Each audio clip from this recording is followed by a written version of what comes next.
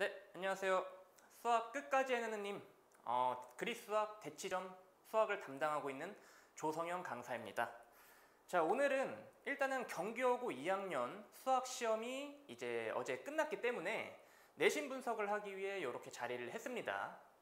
자, 그래서 이제 제가 제 나름대로 주관적으로 단원별 분석표를 만들어서 이렇게 단원별 난이도별로 이렇게 분류를 해 보았습니다. 자, 근데 각각의 문제들을 봤을 때는 그냥 다 풀만한 것 같아.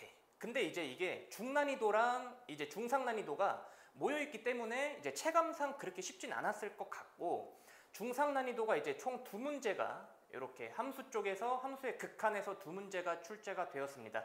자, 그리고 나머지 문제들은 이렇게 몇 문제 이제 출제가 되었고, 그리고 이제 시험 정보로는 이제 경기여고 같은 경우는 학교에서 주는 프린트가 있습니다. 매 시험마다 학교에서 프린트 좀 많이 줍니다. 좀 많이 주는데, 단원별로 많이 주는데 그거는 이제 해설까지 선생님들이 같이 주기 때문에 그냥 여러분들이 학원이나 학교나 뭐 다 풀어서 검사 맡으시면 되는 부분이고, 근데 이제 그게 이제 교과서 문제들이랑 이제 모의고사 사전 문항 모아놓은 문제들이기 때문에 거기서 변형이 많이 되어서 나오니까 그 변형은 저희가 해드립니다. 자, 그래서 경기여고 프린트 뭐 특이한 점이 있다면 그렇게 되겠고, 합답형 문제 같은 경우에는 원래 기억, 니은, 디귿 문제 나오면 좀 많이 어렵죠. 근데 이번 시험에서는 보시다시피 그렇게 상 문제들이 없기 때문에 이 3문제에 대해서는 좀 매우 쉬운 편으로 나왔다, 그렇게 볼 수가 있겠습니다.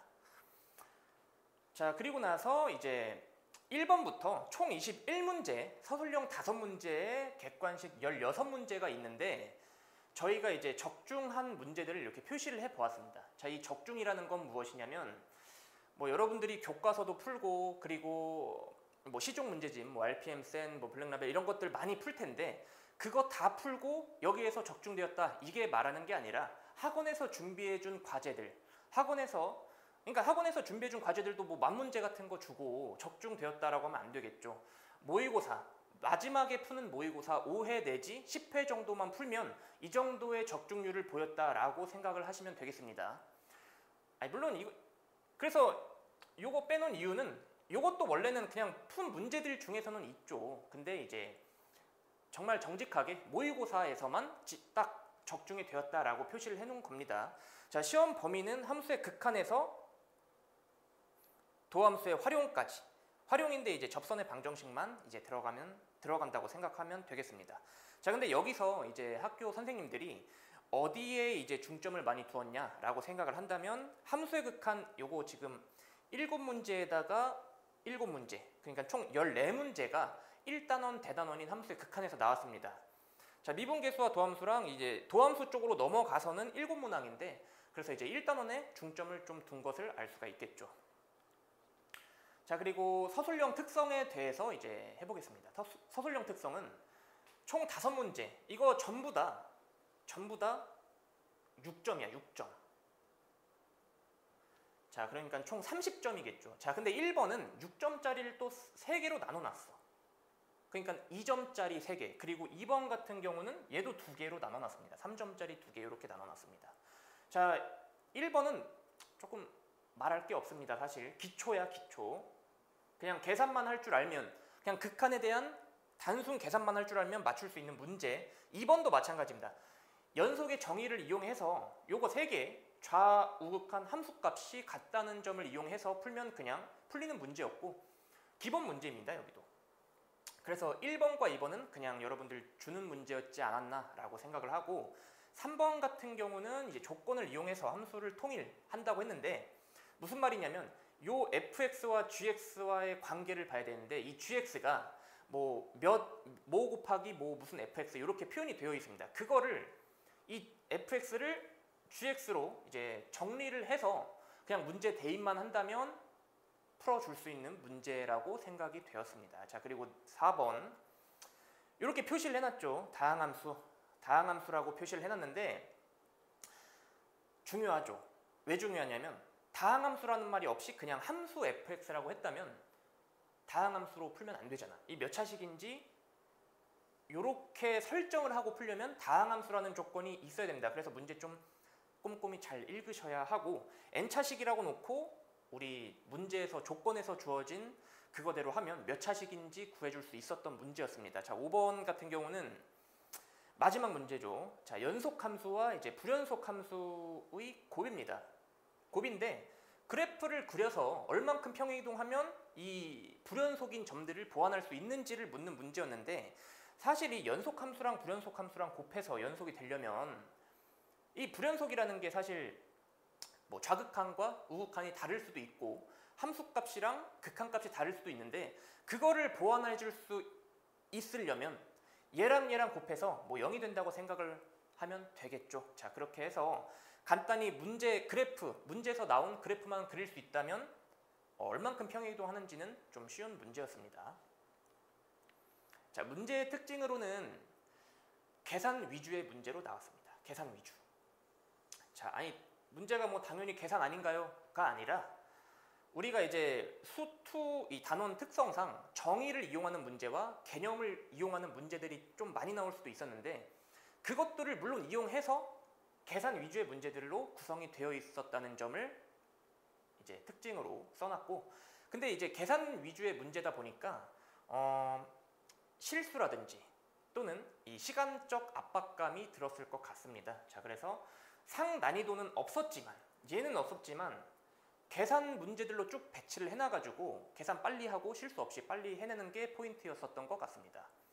자, 그리고 고득점 또는 고난도 문제 출제 경향인데 고득점이라고 하면은 요 앞에서 요거 말하는 거겠죠. 상 문제는 없었지만 그래도 조금 변별력을 두기 위한 중상급으로 내놓은 문제들 2문제가 있었다라고 알아주시면 될 것 같고 그게 얘네 2문제입니다. 얘네 2문제. 자, 첫 번째는 그냥 객관식 13번으로 주기함수에 관련된 문제인데 주기를 파악을 해서 그러니까 주기함수가 어떻게 써 있는지 그거를 파악을 해서 주기가 몇인지 알아내서 연속이 되려면 양끝값이 같아야 이게 계속 예를 들어서 뭐 이런 모양이 이어지려면 뭐 예를 들어서 이렇게 생겼다고 해보면 얘가 이어지면 이렇게 이어지니까 여기서 이제 불연속이 나오겠죠. 그러니까 양끝값이 같아야 되는 점 이용하면 쉽게 풀려줄 수 있는 문제였고요.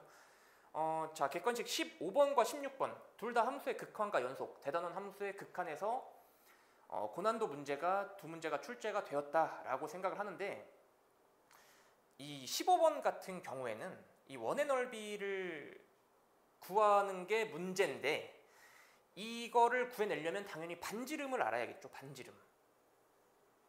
자, 반지름을 알아야 되는데 이 반지름 구하는 게 여러분들의 이제 수학적 그 복합적인 능력이 없었다면 살짝 어렵지 않았을까라고 판단이 되었고 왜냐하면 이제 이런 문제들로 가서는 사실상 이제 수투만 잘해서는 되는 게 아닙니다. 수투와 수원, 수상, 수하, 수원 요 내용들까지도 어느 정도 숙지를 하고 있어야 요런 게 되지 않을까.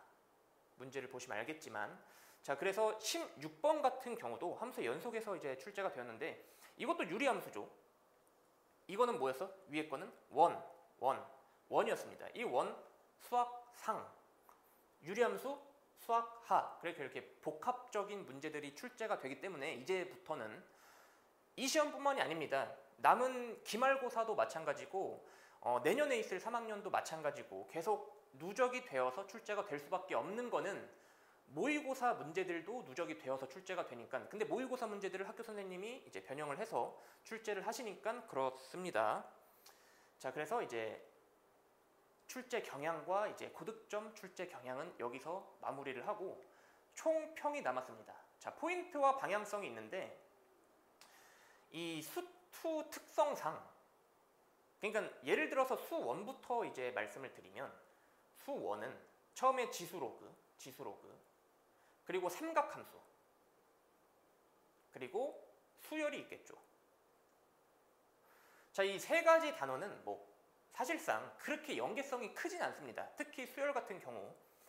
근데 이 수투에서는 첫 번째 단원이 극한, 두 번째 미분, 적분, 세 번째가 적분 이래서 유기적으로 연결된다. 그러니까 수투를 그냥 큰 하나의 단원이라고 생각을 하시면 되겠습니다. 자, 그래서 이게 어느 곳이라도 비어 있으면 무너질 가능성이 있다고 써놓은 거는 이거 왜 써놓은 거야? 여러분들께서 중간고사 범위를 소홀히 한다면, 끝났다고 소홀히 한다면 기말고사도 조금 이상해진다라고 생각을 해주시면 됩니다. 기말고사 잘 보고 싶으면 이 중간 범위를 정확히 숙지하고 계셔야 됩니다. 특히 미분, 극한, 다. 자, 그렇게 해서 방향성 같은 경우는 이제 경기여고는 어느 해는 어렵고 어느 해는 쉽게 출제가 됩니다. 근데 이번 연도 같은 경우는 작년도 시험이랑 비교를 해본다면 작년도 시험이 조금 더 쉽고 이번 연도가 조금 더 어려웠었는데, 그렇게 어렵지만은 않았던 시험인데 굳이 작년이랑 비교해보면 그렇습니다. 하지만 어렵게 출제될지 모르니 준비는 철저히 하시면 되겠습니다. 자, 그리고 뭐 개념에 충실하고 중에서 중상 난이도 문제풀이가 잘 되어 있다면 어느 정도의 점수, 70, 80점 정도의 점수는 받을 수 있을 것이다. 하지만 이제 고득점을 원한다면 당연히 교과서와 이제 여러분들이, 근데 요 정도 점수, 일단 요 정도 점수부터 말을 하겠습니다. 저 정도 점수면 교과서 소홀히 하시면 안 되고요. 교과서 마찬가지로 학교 프린트, 그리고 시중문제집 한두 권 딱 골라서 반복 학습, 이게 중요한 것 같고, 그 이상까지 원한다고 한다면 요거 잘 되어 있어야 됩니다. 수상, 수하, 수원까지 개념들이 간접 출제가 되기 때문에, 왜냐면 아까도 보시다시피 요 문제들은 사실 수2 내용만으로는 풀 수 없는 문제들입니다. 그래서 고득점 원한다면 어려운 문제에서는 이제 앞선 부분들이 간접 출제가 되기 때문에 여러분들이 방학 때 이용해가지고 그 부분들도 숙지를 해주셨으면 좋겠다라고 생각을 했습니다.